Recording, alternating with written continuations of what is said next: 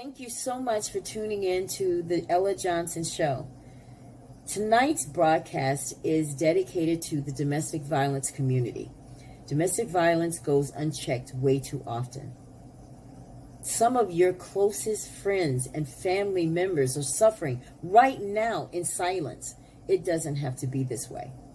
Tonight on the broadcast, I'm interviewing Latoya Wells, a mother from Waco, Texas. Latoya's daughter, Sakyra Young, was killed by her 20-year-old boyfriend. He shot her in the head and left her to die on the side of the street. Sakyra didn't have to die. So many of your family members didn't have to die. It comes with a decision. You have to make a decision to get out before it's too late.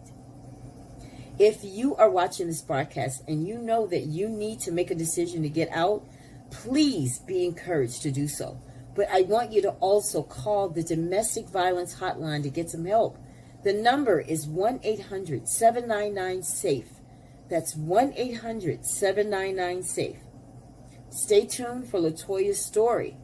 You don't want to miss it. We'll be right back.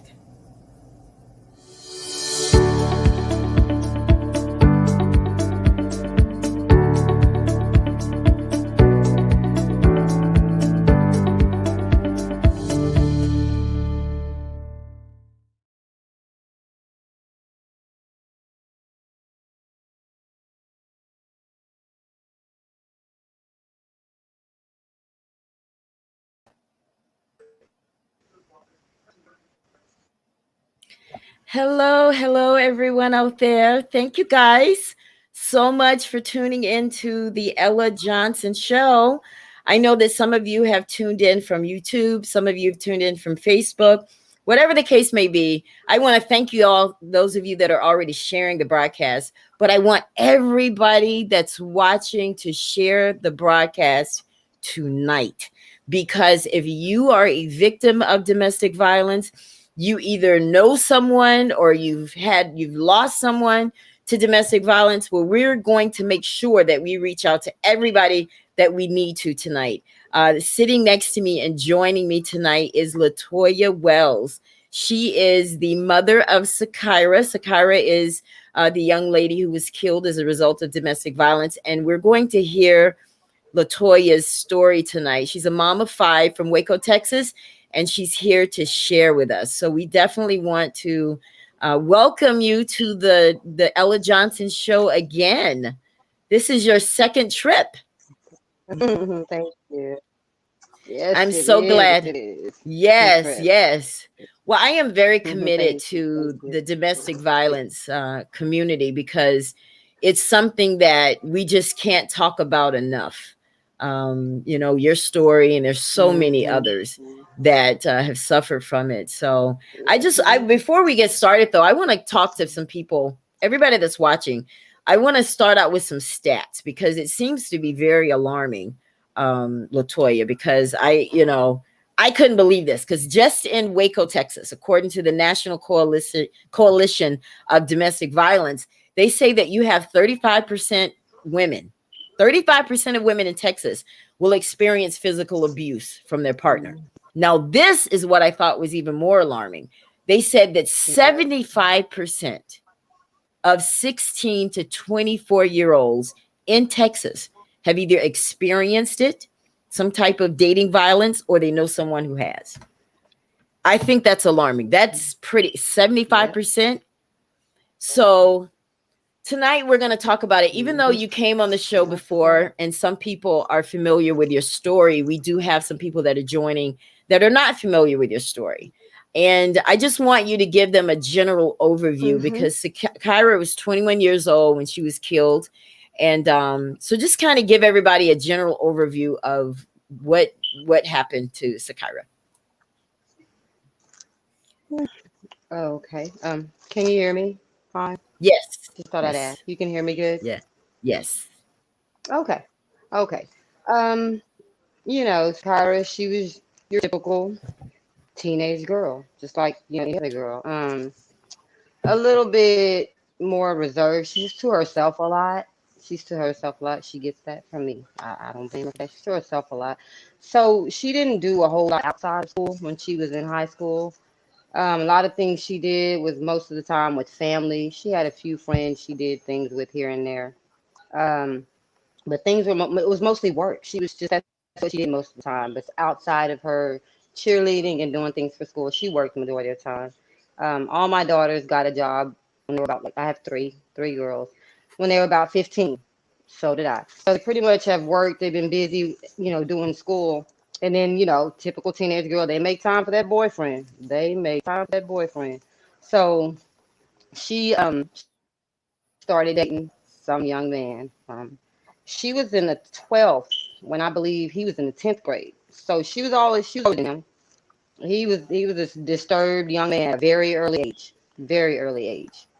Um, so she started dating him, and she didn't bring him around me much at first. I think she probably knew she couldn't because I was gonna read straight through him, which is what I did. So I didn't really get to really know much about him at first. I just knew that my other daughters would speak about him, and I started hearing stuff that they knew I wouldn't be okay with. And so that's why I knew. I said, okay, that's why she keeps him away because she knows I'm not going to be okay with him. He stays away because he doesn't want me to see what he's doing and what he's saying and how he's doing her. So started out like a regular relationship, I'm assuming, and then the control started coming in. Um, he started first dating her from her friends. It was always something. I mean, she had been friends with most of these young girls probably since they were in like maybe fifth, sixth grade, maybe middle school up. But he started finding reasons why they shouldn't be her friend. Oh, well, this girl acts like that. You shouldn't hang around her for this reason. Every friend, there was a reason why she found her. So he picked apart till she had none of them. She made new friends at different jobs she would work at and like that. He picked away from her main friends, the ones that were pretty much doing what I was doing, telling her he was good and stuff like that. Mm. So he did that, and then he started working on the family. Having problems with any and everybody. Why is your cousin, any boy cousin that would tell her he loved her? He didn't like that. He felt like, what a boy cousin doing telling you that he loved you? I'm like, because that's what normal family people do. That's what we do over on this side. We say we love you because that's how we feel. That's how we express our feelings. We don't express our feelings by fighting. That's not what we do. So he didn't like her telling her that he loved her and whatnot. And I didn't even get to say on the last show. She her prom dress was so beautiful. That's irrelevant, but it was so beautiful. She went down to where they come here and take their prom pictures at. Um, but she didn't go to the prom. And so a lot of times when I look at her prom picture or when I share it or when people ask me for pictures, it's a beautiful picture regardless, but it's a lot of pain behind that picture when I look at it because I'm already knowing that all she did was go downtown and take her pictures and she went right back home to him. She was living with him at this point, I think that was probably about age 18. I didn't want to let her. But she started doing things to where she, being very rebellious, being honest. She was trying to find a way for me to let her be able to move out from my house. So once she got to that age, she knew where she could leave, and I couldn't make her come home. That's when she decided to start staying with him. So, like I say, she went to prom. He in the 10th grade, he was barred from the event all the way around because when you're a senior, you're allowed to invite a date. They don't have to be in the 12th grade with you. You know what I mean? So he wasn't allowed to show up at the prom because of different situations and whatnot that were going on at the high school. They had a restraining order between the two. The WISD police. The police had a restraining order because he was such a disturbance in school. So he wasn't allowed to show up at the prom. That made him upset. So he felt like, well, if I can't go to the prom with you, then you don't need to be going, period. Which is Wow. totally the opposite of how I felt. I was like, yeah, she's going. She's going. She's going with my nephew, my sister's son. That's how we set it up to go. That boy, and it didn't happen. He got a hold of my sister's son, made threats. He told him you wasn't gonna take her. This is what happened if you do, and all of this here. Of course, I was ignoring it all, but the whole point was she got down to downtown. She took the pictures, and she was ready to go home where he was. She was upset. He blew up her phone the whole time we were there. So she's taking her pictures, but in between her pictures, she's angry. She's telling me things like, "Are we done yet? Can we go?"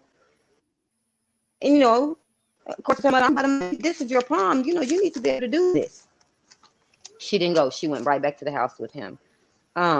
Didn't graduate on time because he had black tie. But I think it was about maybe last month of school.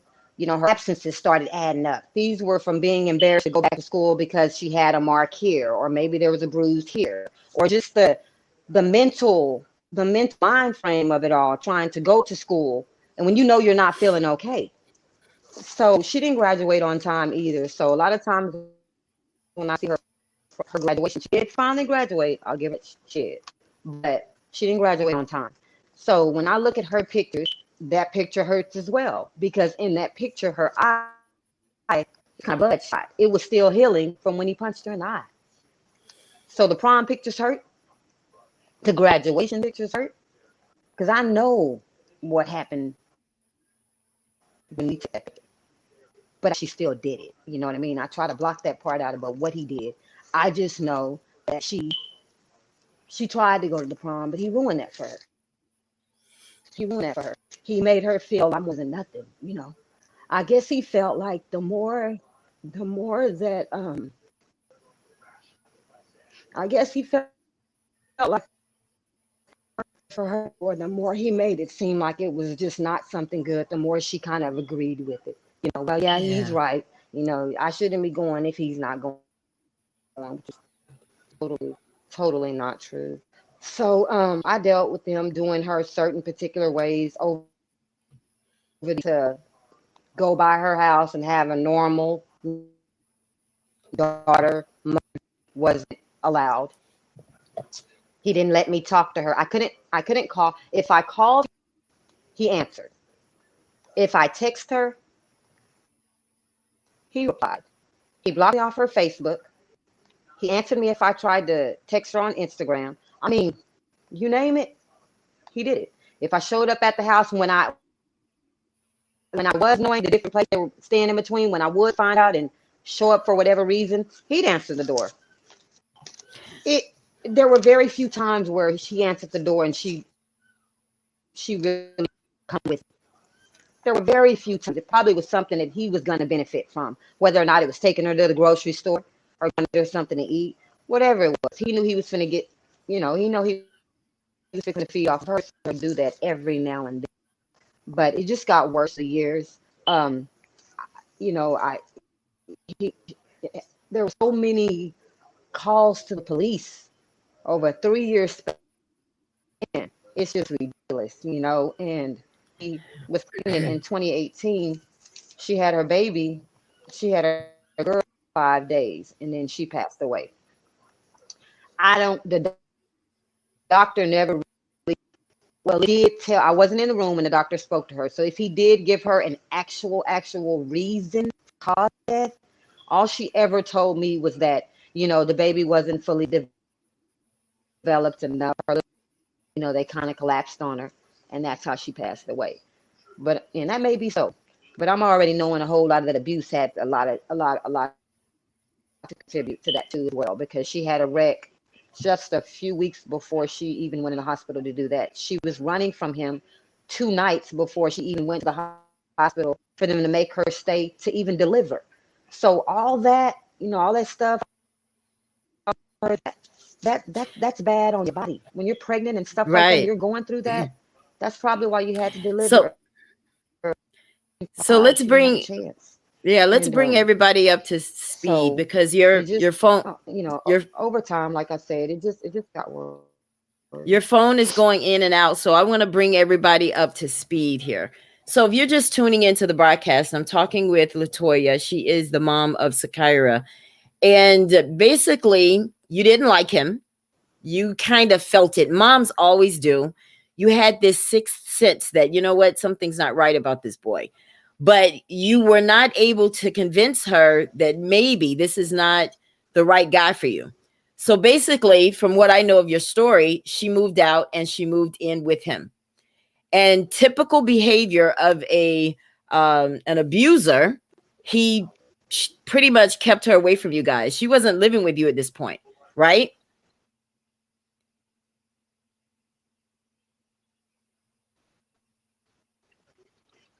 Right? Exactly. Are you Exactly. okay? Get Right. her angry enough. Yeah.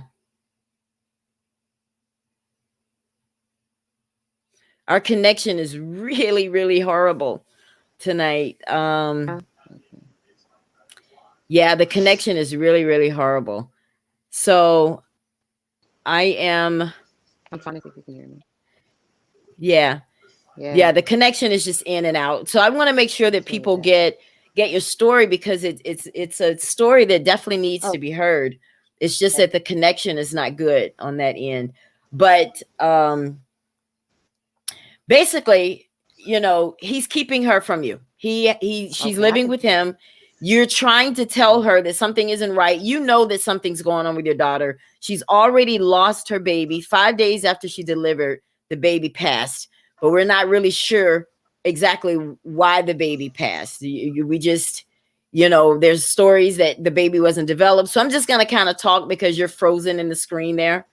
But so basically, guys, that's what kind of happened to bring you guys up to speed where we are now. Are you there? You're there now? Are you okay? So I'm just trying to bring everybody up to Yeah. speed, Latoya, because your connection it's in and out. So I'm just trying to make sure that the people that are tuned in understand what's going on with your story because at this point she's no longer living with you. You very seldom I see her. see. Yeah. You very seldom see her and you notice something's not right. Exactly. You're going to different people Exactly. to Very try to get seldom you some see her. help. I'm trying to. Yeah. So why don't you do this? Try to go off and come back cuz the connection is really bad there. Exactly. Yeah. Exactly. So I'll Exactly. just talk until you come back.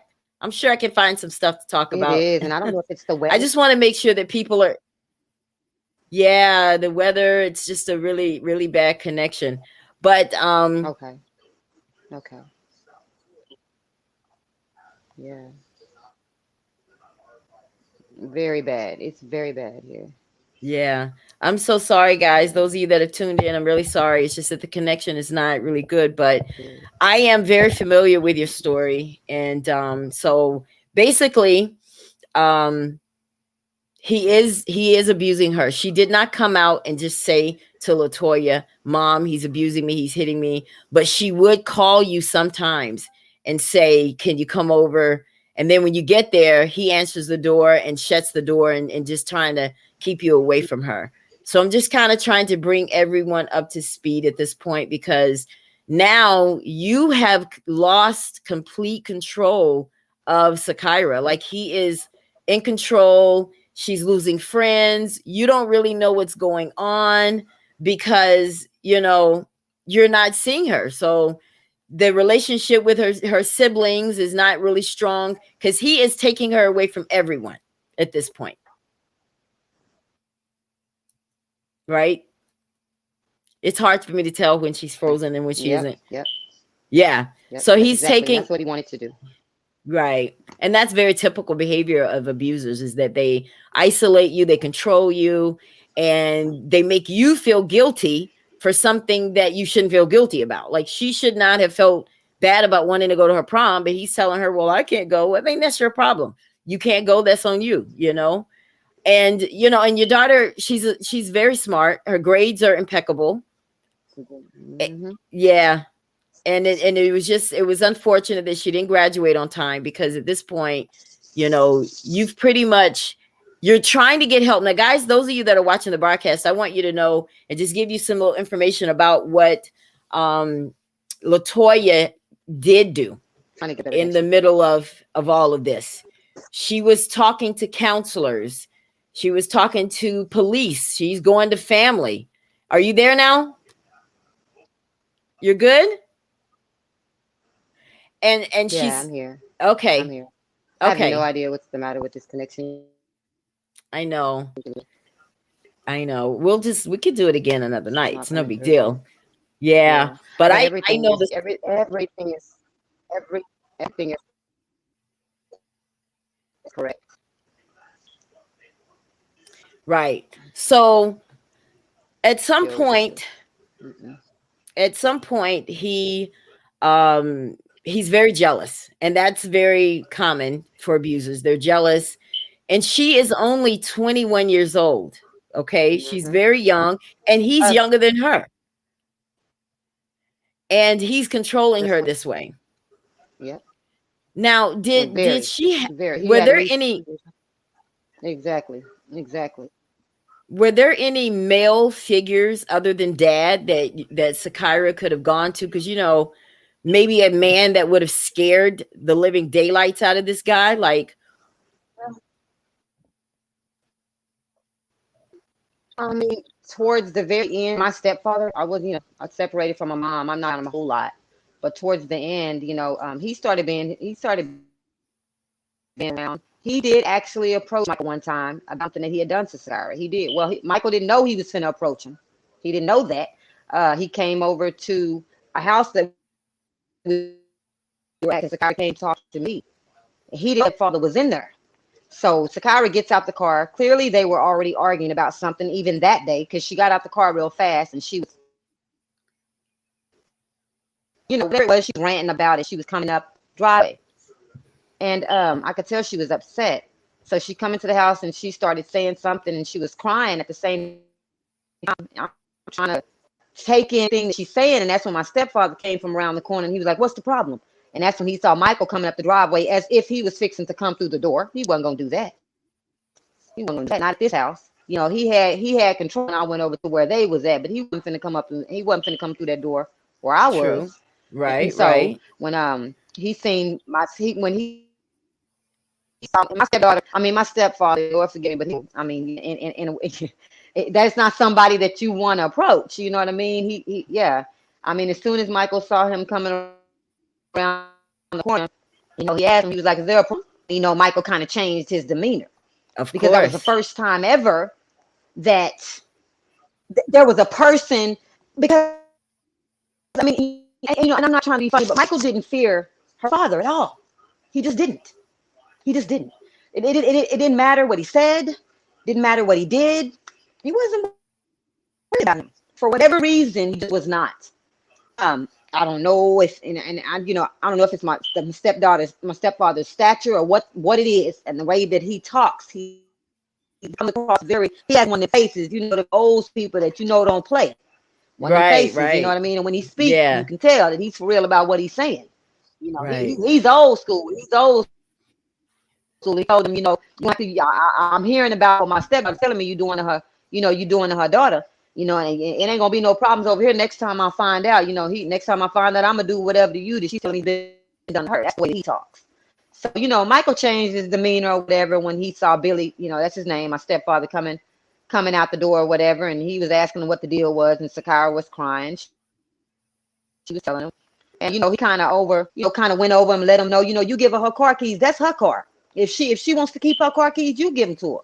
Because the boy didn't want right. to give her keys. She could, and that was her car. Just little things just little stuff he wanted to have control over. It don't matter what it was. He just wanted control. And that was the first time that I seen him actually. I know, like I joked to my mama one time and told her he looked like a dog with his tail between his legs. That was the first time I have ever seen him show any fear. He wasn't talking back like his normal self. He wasn't bucking back and I do this and I do this here like he do everyone else that comes up to him. He didn't have that. He didn't have that rapport with my stepfather at all. But that was towards the end of the relationship. They've been together already 3 years. My stepdad didn't meet him till like that last year. And he had only came across him a few times because they would never, again, with Sakyra, I think she knew where to pull up with that boy and where not to. You know what I mean? She had to be really upset to try to run over there and probably ask for help. But she knew not to bring him over there because she knew nobody really liked him around, and he burned his bridges with everybody. Like everybody knew what he was doing. So they ever willed him around. But she's got cousins, don't get me wrong. They've tried to help on her dad's side. they've gone over there to whatever it is that she's called about. I need a ride, or this is taking place. And when they notice that things are going on, just like a normal cousin, they want to defend her. What is he doing? I'll come over there, and do this and that, whatever. And before she would downplay it, no, don't worry about it, it's okay. I just needed a ride, and she brushed it off or whatever. Mhm. But yeah, she's got a ton of cousins, and her father definitely tried to, show some kind of take reins, if you will. But it was never there was never any getting any control over that boy. It just Yeah, and he it wasn't just, I gonna let mean, anybody you're have it. He didn't talking, even listen to his parents, so I already knew he wasn't gonna listen. right. So you're talking 3 years, Latoya, that Sakyra went through Yeah. this. So she was probably being beaten from the Hmm. very beginning. Do you think so? So I was used to. Yeah. It's yeah. It started early. It started early because I when people ask me, you're so strong, and I appreciate it. I guess it's not that I don't see it, but I guess it gets kind of. I mean, I'm used to being how I am because I'm a mother. So, and I'm in my house alone. Well, there's not a man in my home. Doesn't mean I don't have one, but he's not in my home. So therefore, I'm used to trying to be two people at one time. What I'm saying, whether or Right. not they can pick up the phone and call their father or not, that's fine. But if I'm in the house, like my mother always says, I'm first point of contact on whatever. I don't care if the kids are crying about something, there's a problem about something, if something needs to be handled, I'm first point of contact.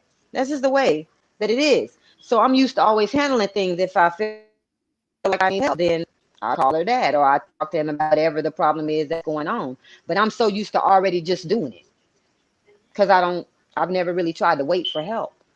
Um, so yeah, I'm just used to doing things. And she tried to come and tell, several things, but I think it just got too deep. That the reason why it's so easy for me to be strong is because I wasn't used to her being dead, of course, because that only can happen one time. But I was already used to missing her. I had already cried my tears from 2017, 2018, 2019, when it started at the very end of 2017. So I had already cried my tears over the years from not being able to be around her, from not being able to just go see if my child needs something to eat. Maybe I want to go by her house and she wants to go to the store with us today. Just little stuff like that. I remember, and it's so crazy because I remember 3 days before he did what he did to her. I was off work, and in the morning time, sometimes I just leave the house away from my kids or whatever, just go take a breather, just whatever. I just ride down to the park and I sit by myself. That's the way I just think sometimes, and I do that. So I did that one day, and I remember I called my mother, and I was talking to her. In the middle of talking to her, I just started crying. And I remember she asked me what was wrong, and I was like, it just doesn't feel right, Mama. It's not normal. It's just not normal for me not to be able to my daughter. Like, I mean, I can't even pick up the phone and call her and say, hey, how you doing today? You know what I mean? It hurts me that she doesn't call me. I got so used to it that felt like, okay, my child doesn't love me, because if she did, why doesn't she call me? You know what I mean? Yeah. That's how I started looking at it. But I had to stop doing that because she got so used. She thought it was what it was. I learned. I wasn't even a victim, but I learned how to feel like one because it was my child, and I started telling myself, "Oh, okay. It's not that she doesn't want to call me. It's that she's gotten so used to the acceptance of the things that he's taken away from her. She's used to being without him because when they come around, he everything. He kills every moment to the point where she's just like, well, I'm just not going to talk to him today because every time I talk to him, it's a problem. And of course it is because it's him. It's a problem. So she just got so used to that. And, of course, my mom was talking to me and I said, I missed my child. I'm like, we're in the same city, Mama. And I just, I haven't even seen her. I've seen her maybe twice in the last few months. And one of them was accidentally because I just happened to just walk into her job. Didn't even know she was working there.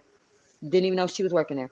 And I know she was speaking to me. I'm glad that was the last conversation I had. She was speaking to me, and she was just like, being herself about how, I know you're not going to let my brother go to school with the coronavirus and this and that, just speaking about her baby brother like she always does and stuff like that. Yeah. But I mean, at least it was a good conversation. I never knew it was going to be my last.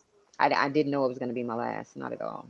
So let me just kind Not of at all. bring everybody up to speed what you're talking about. What she's talking about now, guys, is that 3 days prior to Sakyra being killed, she walked into a store, didn't know that Sakyra was working there, and just saw her. And she was looking beautiful. And they had a very pleasant conversation. Now, prior to that moment, you hadn't seen her for a while. It had been some months. But it's a beautiful that God allowed you to at least see her that day when you went into that store. And when you said goodbye to her, that was, you had no idea that was going to be the last time. Now we're going to fast forward to 3 days, the day that she was killed. I know this is difficult. Every time I read this story, it pains me every time I read it. And I've been reading it a lot. I've been thinking about you a lot. You and I have been keeping in touch since the last show. And I'm glad to see that you're holding it together. But that day that she was killed, take us to that day.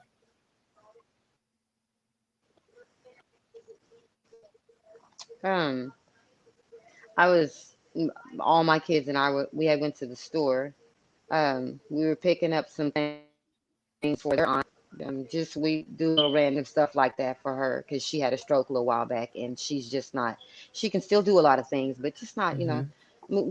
Can't move around like she used to. So we do those things for her, and she's like mama number two to my kids. She helped me literally raise them. I mean, they were so spoiled to the point till I remember when Sakyra was first born. She was so spoiled by her that I didn't even have to get her ready for the daycare. She used because I worked. She used to tell me just drop her clothes off and I'll get her ready. I didn't have to do her hair. I didn't have to do Aw. a lot of that. And she did that for a long time. That's just kind of aunt that she is. Her aunt Christy. She loved them kids, all of them.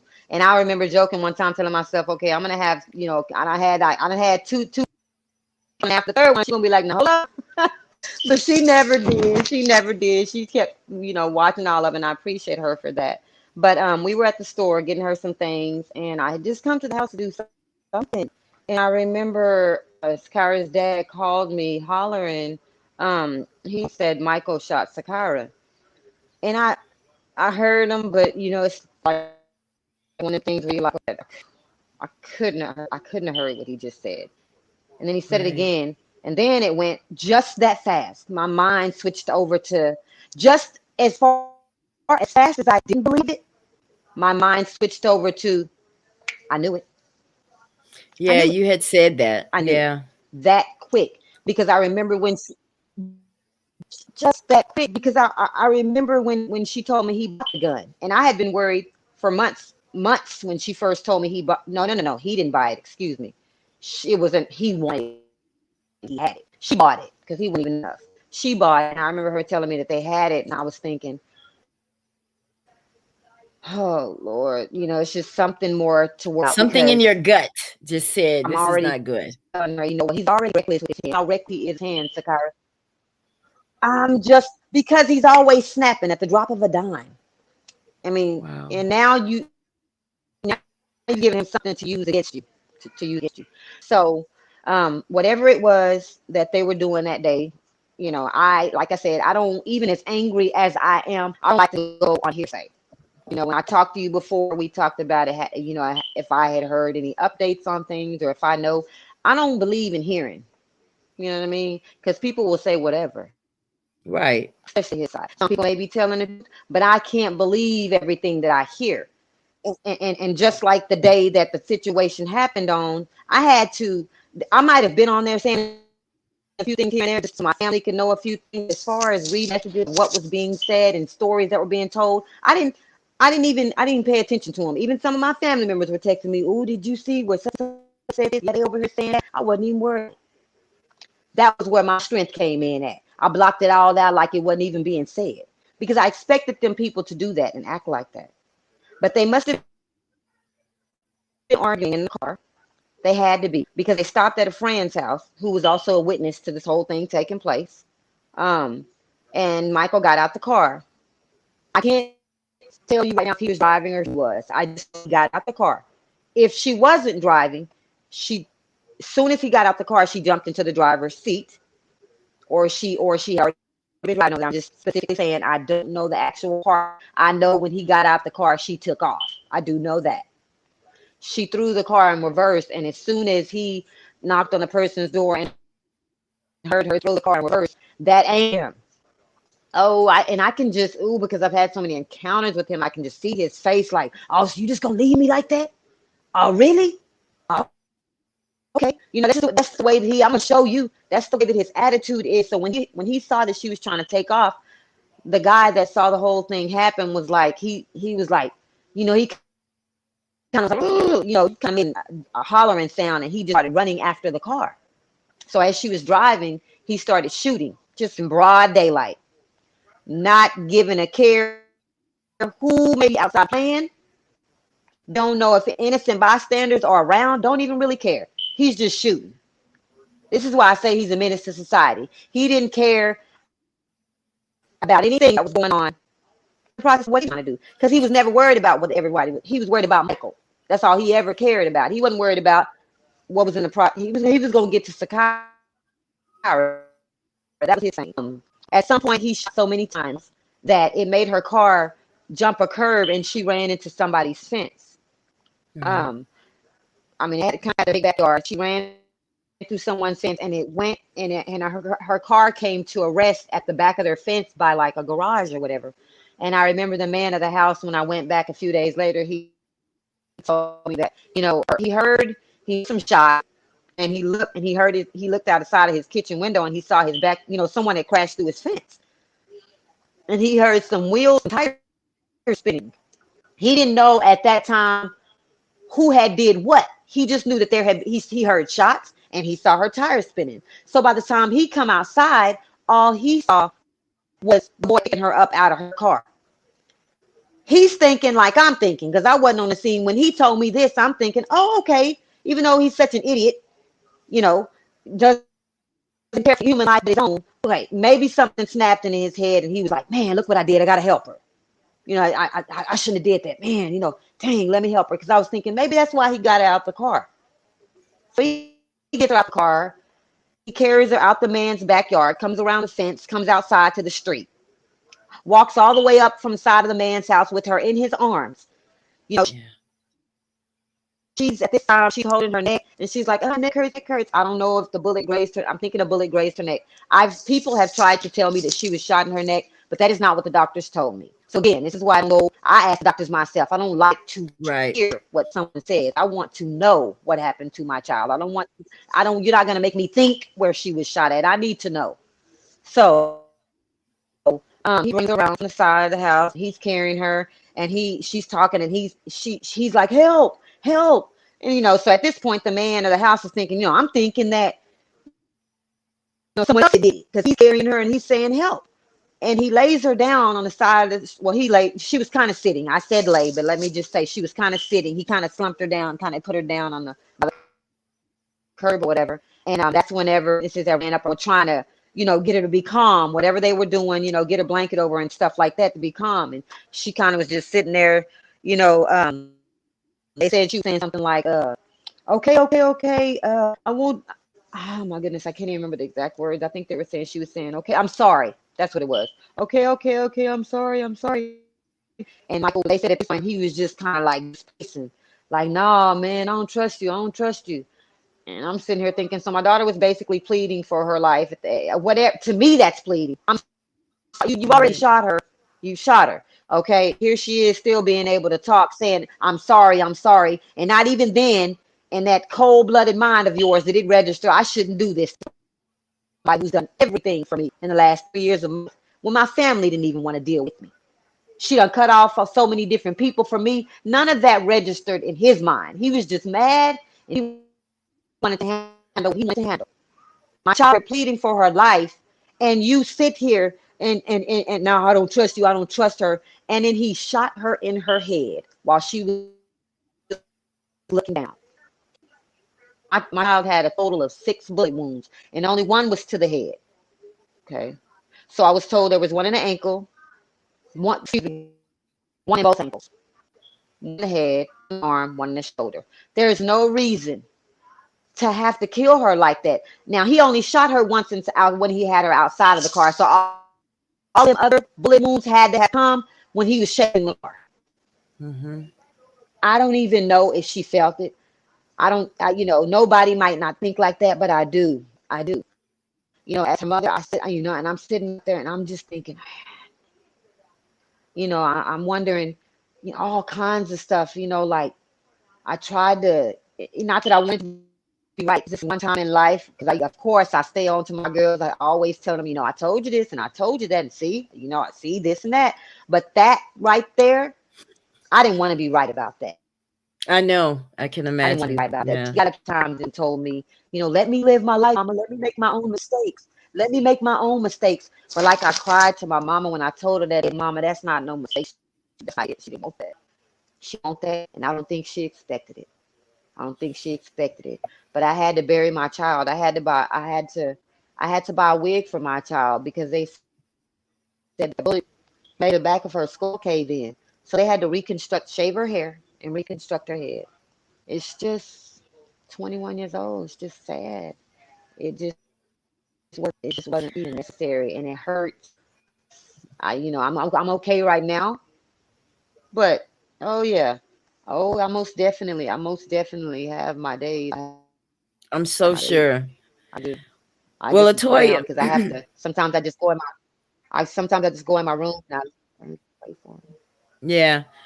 Well, since I've been doing these domestic violence shows, it has I opened up conversation with a lot of different women, social media that I've met from the domestic violence community. And one of them, when she saw this show, she wanted to be able to come on and encourage you. So I'm going to bring her onto the broadcast.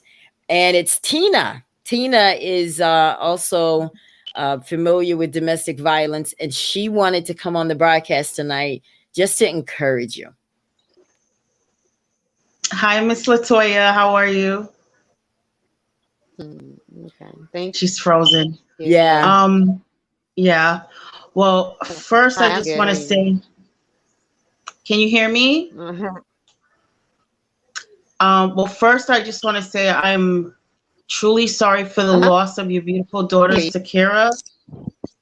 And I know words seem kind of empty when you're feeling what the pain that you're feeling, but as a mother, I can completely understand what you're feeling. And I just want to say that I'm wearing blue eyeshadow because blue is the color of healing. And I just learned that when I was on a domestic violence group live, and we all had to wear something blue, and it's for healing. So my prayer is for you that you will be able to heal through this horrible tragedy. And I just wanted to also say that to me, I look at you like a super mom. You might feel like you weren't there for your daughter, but I feel like that you are a super mom because I'm a survivor of domestic violence. And when my daughter's father was beating me and stealing everything, I called my mother and I asked her if I could come there because he was beating me. And she told me no. She told me that's the bed you made, so you have to lay in it. Mm. And she hung up. And that was it. I didn't talk to her after that. So the point was that he could have killed me, And that's and my crazy mother because I didn't. did have. Yes, that's what I was gonna say. Like you did what you were supposed to do. You would go see her. It's not your Mhm. fault that he wouldn't let you see her. Right. You know what I'm saying? So you're a mother. God might have took your daughter home, but you're a mother to all these motherless girls out there that are being beaten. And through Sakyra, what I believe, because I believe in God, I believe through Sakyra that a lot of women and young girls are going to get out of the situation they're in. So there'll be a less loss of life. Because I also believe, I believe in God. I don't believe Yeah, yeah. we That might I've had a lot physically of that. die. Huh? I was going to say, I believe in God. So even though we might physically, our Yeah, I was flesh saying dies. I've had a lot of people. Mm-hmm. Our flesh might die, but the soul doesn't die. So if you believe in God, you will see your daughter again. Amen. And that might be, some people might find that hard to conceive or believe, but we have to believe that, because we can't just believe that it's just this little bit of life and then it's over and then there's nothing else. You will see your daughter again. And Yeah. I just commend you Yeah. on the work you're doing, because most mothers Yeah. would have crawled into a hole and they would have just died themselves. But you're there still fighting for your daughter. Yeah. Most definitely. Amen. And Yeah. that's Yeah. just, to me, that's just You're right about amazing. that. Yeah. There's people I that get. have gone through less and they became Thank you. alcoholics, Thank you. drug addicts, but you're still going strong. Yeah, we're very proud of you. I know I am. Mm-hmm. I Yeah. just I look at you and I Yeah. say, I hope. I have four girls and I'm fortunate that I still have them with me. And you're out here making sure that other women don't have to feel that pain that you felt. And I know it's got to be hard. I know it is. So what do Yes. you Yeah. It is. Yeah. It is. I understand, because my daughter, she got pregnant young Froze and just a then little she bit. Hold on. eloped, Okay. There it is. and I didn't want her to, and she didn't listen. And at that age, they don't listen. And as right? mothers, all we can do is just Mm-hmm. shed tears. That's all we can do, Mm-hmm. because we can't control them. It's not like when they're little and we can tell Yeah. them what to do and they have to listen to us. Then they don't have to listen anymore, and it's heartbreaking. Yeah. Trust. So you have a lot of Mm-hmm. people that Yep. support Yep. you. Yep. And Most there's definitely. gonna the first week in March, I'm going to have like a full week of domestic violence stories, because we really need to get this out, because from different aspects of this story that need to be told. Number one, women that are in these situations because they feel trapped. Then we also have women who try to get out and then the system fails them. So we're going to have to really pull this thing apart so that we can Mm-hmm. start helping people. Because what we don't want is to have these kind of broadcasts, tell people, call the National Domestic Violence Hotline or go to the cops. And then they do that. And then they end up dead because the man gets out for whatever reason, the system fails. So we have a situation on our hands. In your case, you did try to go and get some help for Sakyra. And Mm-hmm. I don't know if people heard that because we've been freezing up a lot tonight, but Yeah, I you did. did. You did. And what she was saying, guys, for Yeah. those of you that are watching the broadcast, when she heard that her daughter was shot, she was like, I knew this was going to happen, because you had been saying this, you felt this for several months, that he's going to kill my daughter. And then when he finally did, you Yeah. know. So how And has it was this so affected bad the because it was like, yeah, I remember I sat. Can you hear me? It's Can you hear me, or fading is it in like and out. freezing still? it It's is. kind of freezing still. Okay. Okay. I think I got it. Can you hear me now? Yes. Okay. Let me see. Hold on. Okay. Am I still freezing? Okay. Um, like I know when I was thinking before that it all happened to her, I used to cry so much, and it angers me that it really did happen, because when I kid you not, when I used to go to sleep at night, sometimes I would pray and I would say, God, Lord Jesus, I do not want my child to be a statistic. I don't, because I knew it was going to happen. I knew it. I knew it. It makes me so mad because, yes, I did go to his mother. I went to his father.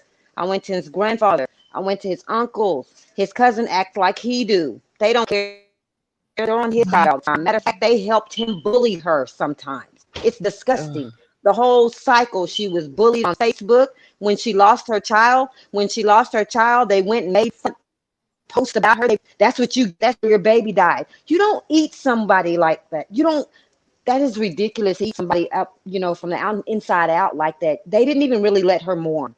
And I used to tell her, get off of Facebook or whatever it is that you're reading and allow yourself to mourn, because the difference with me being on Facebook, my platform isn't used for people to tear me down. And see, I'm strong enough, and I'm not saying she was weak, but when he tore her down, yeah, he did get her to where she was weak. Can't nobody break me down. You know what I'm saying? I know how to back away. That's the one thing I can back away from. I can't back away from this pain because there's no place to go away from it. I used to honestly wish that there was. I cried so bad sometimes. I told myself, I wish there was a place that I could actually go and make the pain stop, just even for a little bit. You know what I mean? And there's no place, you can't get away from it. You can't get away from it. There is no getting away from it. And it does anger me. And I feel like I have a right to be angry. Sometimes people say, you have to get over that anger. You eventually have to let it go. I understand that, but it's going to be a long time. Because again, I said it was going to happen. I met the police numerous times like I told you the last time on the show, Ellen, that one time I had a situation with him and we encountered him. He had a gun on him. You remember I said I told the police they came out to meet me and my daughter at his house so she could get some of her things. He wasn't going to give them to her willingly. And it was her stuff, and he wasn't going to let her have it. So the police met us over there. When he knew the police was coming, he ran off. Well, I guess he didn't realize the police were still at his house. So I saw him coming down the street. And yes, as her mother, me knowing what he's doing to her continually, I'm trying to find any and every reason to get that boy arrested any time I can. So when we got over there, I saw him come down the street, and I said, he has a weapon. Why don't you get him right now? He has a weapon on him right now. And the police officer was like, ma'am, we were called over here to basically just meet you and your daughter so you could peacefully get your thing. That's what we came to do. And I looked at him and I said, okay, that may be so, but in the process, you know what I'm saying? This is y'all's job. I can't do it for you.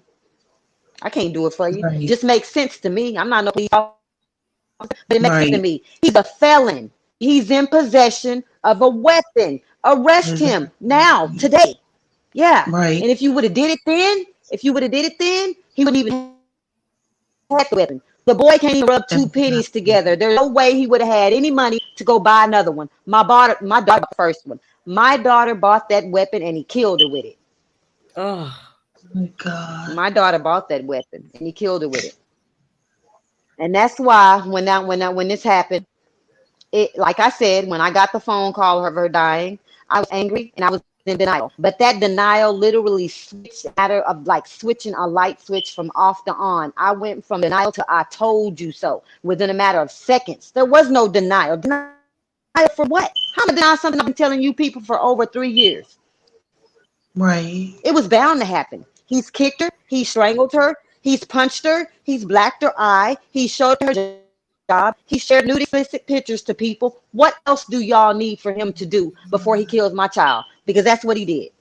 This is that's what my argument. So yes, I have a right to be angry. I have a right to be angry, and it's crazy though, because I think that a lot of the reason why I'm able to deal with the way that I am, it has to do as much. I used to joke to my mom, as much as I used to be ready to leave church as a little girl when we were in church, because church it lasted 7 hours. Not being funny, but when you go to a black church, just like church lasts some hours. And I used to joke about always being able to, like, can we go now? Always the kid, mamas and parents, they're patient with church, but 1 hour can seem like 6 hours when you're 12 years old. So, but I think that it mattered a whole lot that I grew up in church like that, because my faith. And I remember my kid's dad used to tell me my faith wasn't good, because it wasn't a long time ago. I used to doubt a whole lot of things. And I think that it's good that I grew up in church because my faith is strong. You know what I mean? And that's the only thing that helps me get through it all. When I get, because with what's happened to me, like you said just a few minutes ago, how a lot of mothers would, I have every right to not be speaking right now, to be off in the bed every single day that I get off work, balled up, crying. Right. My hair not done, not that hair matters, but I'm just saying I could let myself go easily, because I have a right. It hurts not to do that. I lost my child and I lost her child together, 2 different years apart. And the way that I lost mine is violence you don't even see some men do to men. You don't even see some men do each other like that, the way that he did my child. So it's the faith. That's all it is. because and like I told my boyfriend, I could have a lot of anger in me, but I choose to let love overpower that anger. Right. Not towards the love for him, not at all, not at all. But I'm not gonna let the hate that he brung upon us Right. consume me, because that's what he wants. Yeah. He's always wanted that. To me, that's just letting him win. That's just letting him Yeah. win. And every time I do something for my daughter, believe it or not, in my head, I can just hear her saying, "That's right, Mama, get him." You know what I mean? That's right. You know what I mean? I can just hear her saying that, because Okay. she would say stuff when she was here, like, "I'm gonna call my mama." I'm gonna call my mama. Even though he always talked about her mom, I ain't worried about you calling her. She was gonna tell him anyway, because she knew I was coming. She knew I was coming. And again, it didn't matter with me being a woman. When you know that a young man has done the things that he's doing to my child, whether or not I should have feared him, maybe I should have, being a woman going over there by myself, but I didn't fear him at all. The fear was Right. gone, Yes. because the adrenaline. I don't know if it was the adrenaline. You hit my child in the eye. You think I'm not gonna come? I wasn't scared. It wasn't even in the back of my mind. I was At that time, he didn't have a weapon, and I knew they didn't have one. So I wasn't worried about him shooting me. Wasn't worried about him hitting me. At that point, I almost felt like, well, he just gonna have to hit us together, because I'm coming. Yeah. That's just Yeah. what I felt like. I was just tired of him hitting on my child and feeling like he could get away with it. Yeah, it's just the way I felt. It's just the way I felt. I'm not big bad nobody, but I'm going behind my kids. Period. It's just how I Well, for felt like. those of you that So, are I also just think it's watching, overkill. yeah, he has been charged with capital murder. Let's get it. And the good thing about capital murder is that the only penalty in Texas for capital murder is death, the death penalty. And he's in there on a I think, $1.1 million bond. So he's not going to be getting out anytime soon. And what's the word now, Latoya? Where are we now with the case?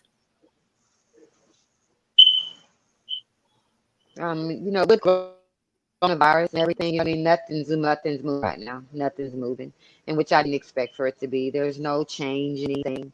You know what I mean? He's still in the same jail here in McLean County. He's still in there. Again, I'm not even worried about no bond. He couldn't even get, you know what I mean? His family wouldn't even bring him something to eat from a restaurant. So I'm not even concerned. And I'm not saying that to put him down. I mean, I'm not even worried about him. I'm not even saying that to necessarily shoot at, go towards his family to try to. I'm just telling you what I've seen among the years. My daughter is how he made it. That's who he made it. That's how he ate. Regardless of her staying at the house he stayed at, all he was doing was laying his head in someone else's house. And she was going wherever he went. But she was Yeah. how they ate. She was how they got around. She was how they survived. When she got short, she called her mama. That's what she do. You know what I mean? I need this. Can you bring me something to eat? I got so upset. You have to have, and I want to say this because I mean it, and I'm not bragging on myself. I kid you not. You have to have a strong mind to go against everything you don't want to do just to try to help your child. I'm knowing that every time I'm making him, he's getting it. I'm knowing it. But I'm feeling Yeah. like, okay, but my child needs to get to work. She needs gas. Let me go give her some gas. Let me direct the gas so she can get some gas. Okay, she's hungry. You know what I mean? She needs something. I want my child to eat. I always feed you. I don't care what you know what I mean, what you going through or whatever. I always feed you if you need something to eat. You know what I mean? Stuff like that. If I don't have the money, you can come look in my refrigerator. We gonna eat. You know what I'm saying? Some kind of way we're gonna eat. I'll do that. But I know every time I'm feeding her or every time I'm giving her gas money, he's eating off of that, and that disgusted me because I knew Yeah. that he was beating my child. But I had to do that. I had to pull up and meet her different places, and he's sitting in the car. Yeah. Oh, Ugh. It takes a strong mind to want to pull up on your child and knowing that the boy that's in the car is taking all the life out of her. You got my child walking around here living, but she's not alive because you killed her a long time ago. All he did was take her body on August the 14th. He That's killed my true. daughter back in 2017. She was just walking around like a zombie. She was just Yep. walking around like a zombie. You know what I mean? It's true.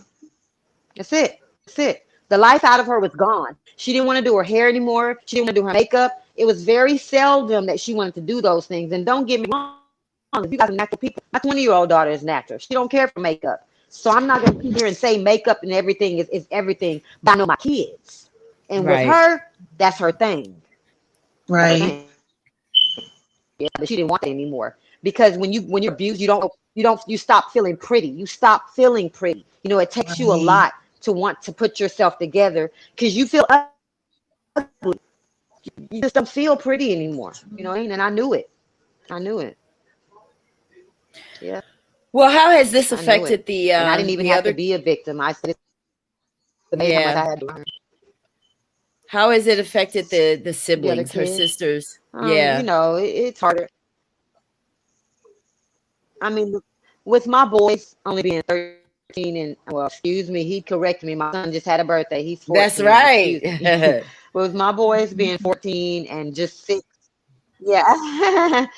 With them, they're sad. They talk about their sister, of course. My 6-year-old, I think I said before, he says things like, you know, um, I'm going to be a police officer when I grow up, mama, because I'm going to go take Michael to jail for killing my sister. Well, he's already in jail, and we already know he's in jail, but that's what his 6-year-old mind is telling him. Right. Hmm. So if that's in his incentive, yeah, if that's his incentive going to be for wanting to be a police officer, then, let that be the reason or whatever.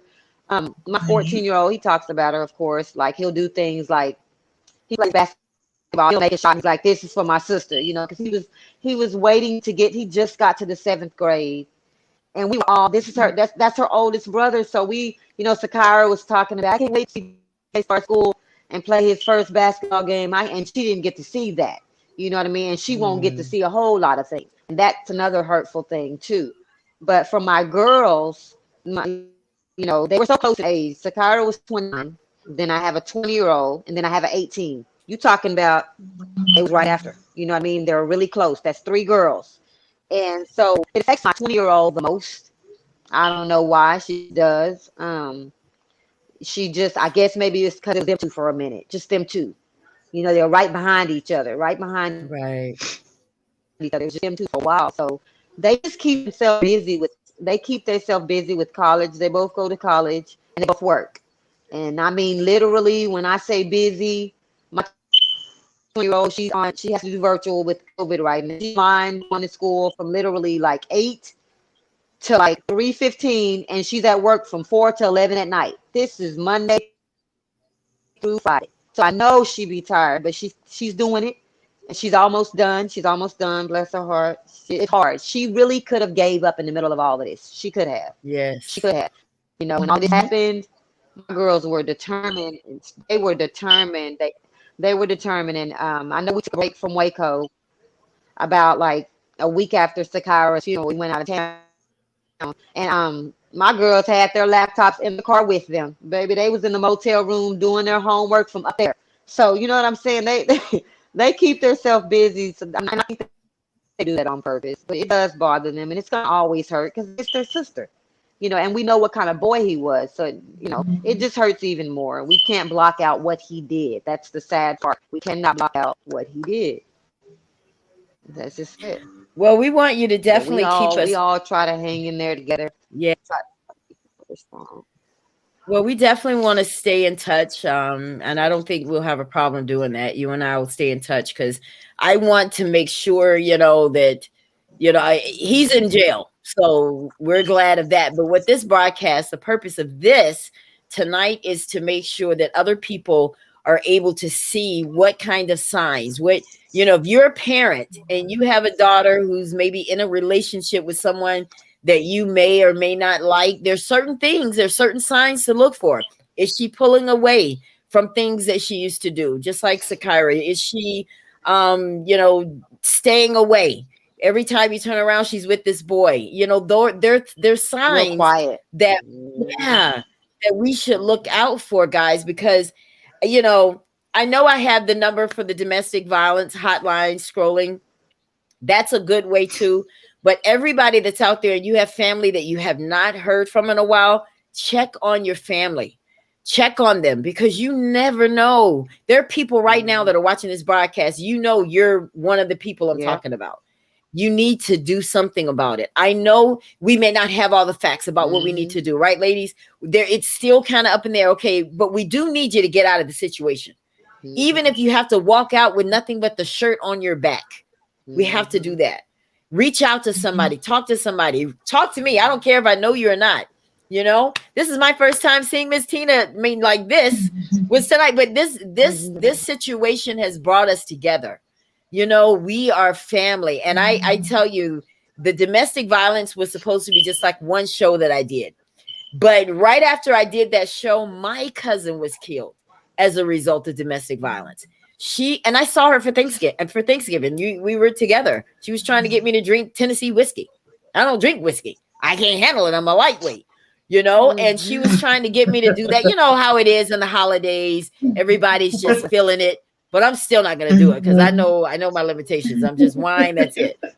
But we were having a good time together. And the next thing I know, that was on a Thursday. By Monday, she's on life support. She's on life support. The guy put a belt around her neck and held her up while her 14-year-old daughter watched. Are you kidding me? And her brain was bleeding and she just passed. And it paralyzed me. But just like you, Tina, we have to keep going because we have to be the voice for the people that just are stuck. Because some people can't move forward. And we have to continue doing shows like this so that we can give people just a little nudge. I know you don't know me, baby, but listen, inbox me. If you just want to talk, if I can lead you, I can call somebody for you. Because the other day, you know, Latoya, you and I, I was asking you about what's going on with the state attorney, what's happening with that. And I got on the phone and called them. And she's like, well, they're not. Oh, I'm going to get them on the phone. And, it's just like it is. It's just, like you said, COVID. But I was determined. No, they're going to call me back. Trust. I'm not playing that. Oh, no, baby. I'll be a pain in their behind. But I'm hoping, ladies, that we can do something like, you know how they do like the 1 million men march? Maybe we can do like some kind of domestic violence march where everybody from all over the country come together that are either survivors or like you, Latoya, who's lost a child. I mean, I'm with that. I'm not saying I can organize it, but I'll definitely show up and I'll definitely support. Right? I'll definitely. I think we need to because it's gonna bring people out. I think these shows will make people start being honest because a lot of people are embarrassed. They don't want because they look like they got it together and everything. Their makeup is to the point. Everything is nice, but they're dying inside. Or they're still scared, or they're True. They're scared. Because, like I know with Michael, like how you were talking about calling the number and whatnot. It's so disgusting because I remember trying to take so many different approaches to trying to help Sakyra. See, he might have had control of her, but he didn't have control of my mind. And I was always one that have you. All you have is you're trying to avoid me from getting to her. But I'm smarter than you will ever be. I stayed a step ahead of the boy. I figured out ways to get around to her. I started calling the job. I started telling her manager, this is what time I'm going to come up there and I'm going to bring her lunch and I'm going to give it to you. And when she comes in, you give it to her. I'm going to get my child. You can't block me. You can try. You can try. He hampered it. Don't get me wrong. I'm not knowing where they lived at. That's so many things. I had that number, the number. I remember I went to some counseling one time and I got the 1-800 number and a little pamphlet talking about domestic violence and whatnot. And, I tried to slide it to her so she had the information. He found it. And you can just like I said, that upset him. That upset him. Where'd you get that? Where'd you get that? What she give you that for? See, that's what I'll be saying. And there you go. There you go. That starts the argument. It's ridiculous because it was like he was killing every way that I tried to help her. He killed her. He found the information I gave her. Since I couldn't talk to her very much because my conversations were always limited, I need more than 2 seconds to get some wisdom into your head. I need more than that. And he knew I didn't have that much time. So I said, let me start giving her things. Well, he would find that stuff and he would throw it away. He didn't want her calling nobody. He felt like he was her help. And that was it. And of course, he was anything but that. He was anything but that. Yeah, I think that is still disgusting to this day that he threw away all that information I gave her. And she told me, I don't know where it was. You can always try to begin. He kept control of the phone. I mean, the boy, Yeah, everything. A number. It got to the point where she would talk to people and hurry up and delete the number, so he would know who she last spoke to. We're all human, make mistakes. Sometimes you forget to do things, and he would know that she's been calling different things. So that's whenever he started wanting to ride with her everywhere because he don't trust where she's going. That's why it was hard for her. I'm going to work, but I'm finna take you. Why I can take my own car? It's my own car. My mama said you don't need to be running my gas out. I sure did. You tell him leave that car where you had it at because you're calling me for gas money 2, 3, 5 days a week. I don't mind helping. But you gas money and your car has gas in it for you to get to work and you get off and he's used up. We're not doing that. We're not doing that. So I feel that too. I feel that too. Once he started seeing that I was putting my foot down, they started going through daddy. Oh, wow. He would talk to her dad. He would let, oh yeah, Corey could talk to Sakyra anytime he wanted to, pretty much. He had an attitude with them on certain situations, but it was me who was blocked from everything. It was me who couldn't pull up. It was me who couldn't do things with her. But I was smart enough to know why it was me. Because because I'm coming behind her. I'm not saying her father didn't come behind her, but he knew I had more to say. Right. He knew I knew more, and he knew I wasn't having it. I passed it. I'm not gonna. We're not finna. This is not okay. Yeah, all that stuff from friends saying things like, well, I've heard people say, well, she is grown, or you know what I mean. You shouldn't keep letting you getting done wrong. You're killing yourself from the inside out. You're going over there getting your feelings hurt because you're thinking she finna come with you. Now you making yourself sick because every time you go over there to get her, she won't come with you. That was true. But I never let anybody let me back down from helping my daughter. I just wouldn't let them do it. I said, I can't. I can't. They would tell me, let her do what she's gonna do, man. She'll see. I just couldn't do it. Like Tina said, and I appreciate that. I couldn't. There was no turning my back. It wasn't. And I had been done wrong. I don't even say, yeah. I've been done wrong. I've been lied against. But I blame all that on him. I feel like my child was doing those things because she felt like, well, I know my mama's still going to be there for me. I can get mad at her. She ain't going to hit me, though. She ain't going to punch me and things like that. She couldn't get upset with him because if she got upset with him, it was going to be repercussions. With me, it was going to hear. All she had to do was hear my mouth. See, she'll get over that. Mama just going to get mad and say, she just going to say what she got to say, and that's the end of that. Whatever. I just call her back tomorrow. That's the way my kids are, whatever. But I'm gonna definitely say something.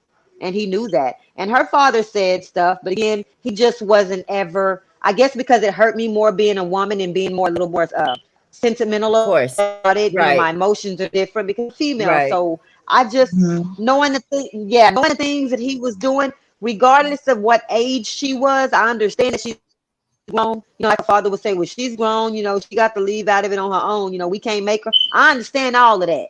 But as far as being, all that friendly conversation and all of that, I can't do it.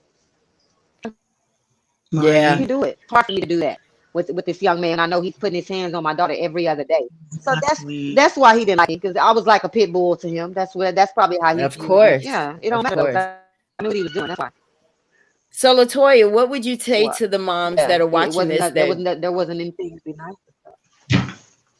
Latoya, what would you say to the young girls that are watching this broadcast that are in this situation, or the parents who have daughters that are in this type of situation? What advice would you give them based on what you've learned? I mean, well, everybody's gonna do how they feel, so it's hard to, you tell a person to respond a certain way and they still handle it on their own. Everybody has a breaking limit. So I would always want to always tell every parent to never give up. But all parents don't have that in them. I don't mean to say it like that, but some just get so fed up with the whole thing that's going on and it's draining them down that they just kind of be like what Tina said, that's what, it's your situation. You made your bed, you lay in it. But that's the worst and the last thing that any parent should really do. If you really love your child, you have to think, regardless of trying to let them learn their lesson, it's not worth letting them get their life taken behind it, though.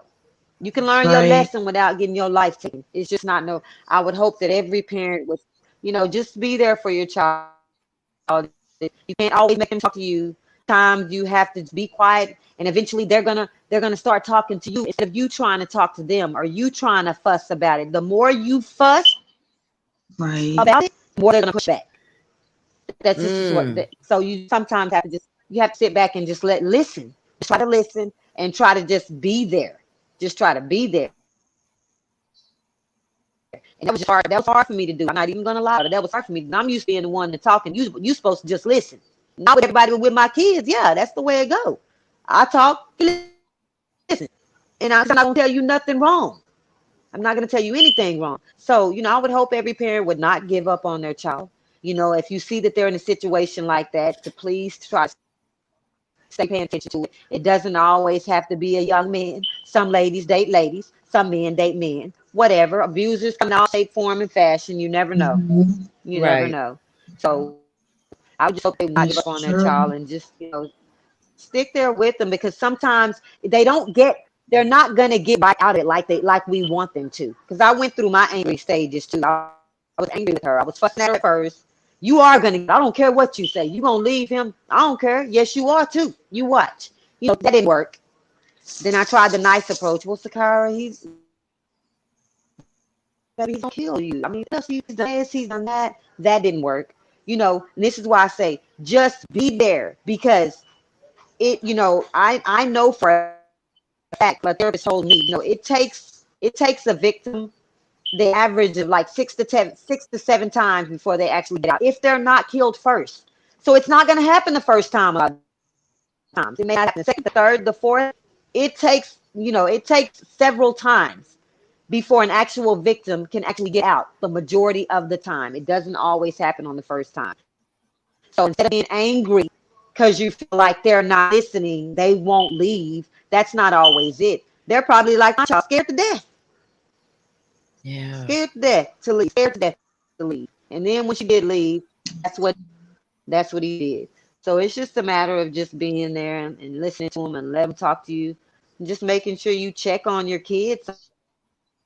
Amen. Sometimes That's it don't right. matter if they're grown. Not to me, it do. I know with my check on them. Right. Still, Yeah. yeah. Well, Tina, would you That's like all to I say? would do. Yeah, Tina, would you like No. to say some last words before we get out of here? Well, what I would say is, being a domestic violence survivor, and my daughter's father did almost kill me. He almost strangled me, and it was nothing but God that set me free. What I would say is that once a person starts being abused, they get like an abuse me mindset where they can't think straight after a while. They're in survival mode. But what you have to realize is, once a man puts his hands on you, it's not going to stop. It's actually Mm. going to get easier for him to do it. And it's going to get worse and worse. And the woman, you have to understand, if you don't leave, there's only one way you can leave, and that is through death. Because he might not even mean to do it one time. He might just hit you too hard or push you and you hit your head into a cabinet or something. I mean, violence is such an insidious act. So for your children's sake, I left for my children, because I said I cannot. I knew my kids would be destroyed if I would have continued Right. there. So I left for my children. And I would say that you have to realize that's not love. It's all about control. And it's all Yes. about manipulation, and it's all about appeasing that abuser. It's what they want. It's what they feel. Like Miss Latoya said, you become like a zombie after a while. They have full control of your mind. So my thing is, don't tell them you're gonna leave, because Just that's when they're gonna try to kill you. Because that's what my daughter's father did when I started seeing someone else. What you have to do is, you have to plan to leave secretly. And sometimes you have to leave the state. You have to run for your life. mm. Because I have a group, it's on Facebook, and it's called Domestic Violence Kills. And it does kill. And that's what I would just say is you have to leave. You cannot, that first slap, it's time to go. Because you have to value yourself more. You have to love yourself more than that abuser. Yep. Wow. Yep. Well, I want to thank both of you ladies. I mean, I think that we can continue having these types of shows, and people out there that are watching can be helped. And that's what it's all about. Because, you know, I haven't been in a situation like this, ladies. I'm going to be honest. I haven't been beaten around and you know, and all this kind of stuff. So it's hard for me to relate, but I do know what pain feels like. It might just be a different type of pain, but I do relate to that. But whatever the case may be, we are in this together. And your success, Latoya, is important to me. You, Tina, all of us. That's why I was glad that you accepted, you know, and that you wanted to come on here and encourage Latoya, because the domestic violence community, we have to come together and help each other. And I like for you guys to become friends on Facebook and because that's what's happening. Everybody that's coming on the Ella Johnson show, they're all starting to become friends, and we're all in little chat groups, and that's what it's all about. And the more the merrier. So if you're out there and you have a domestic violence story and you would like to share it on the Ella Johnson show, just go to the Ella Johnson show at gmail.com and just let me know. And I'll have my assistant and she'll reach out to you and start scheduling these shows. Because the first week of March, we're going to have domestic violence shows every single night. We may even have to do 2 a night to get it in. So whatever we have to do to get you guys to change your minds, then that's exactly what we'll do. Right, ladies? Yes. Well, that's say hello to the kids, Latoya. Give them our love, our best. And to your family too, Tina. And if you guys don't have anything else, we're going to get out of here. And I will see. Thank you all so much for tuning in to the Ella Johnson Show. Please take a moment and share the broadcast. Yes. Share the broadcast, everybody, please, because you never know who's on your page that may, you know, I know we had some little technical difficulties, but nonetheless, you know, for the most part, you can hear what happened. Sakyra Young lost her life because of domestic violence, but she does not need to be, you know, we don't need to keep this going. We need to learn from this, make a plan and get out. Have to get out. Right? All right, ladies, thank you all so much. Thank you, everybody, for tuning in, and we'll see you next time right here on the Ella Johnson Show. All right. Good night, ladies. God bless you.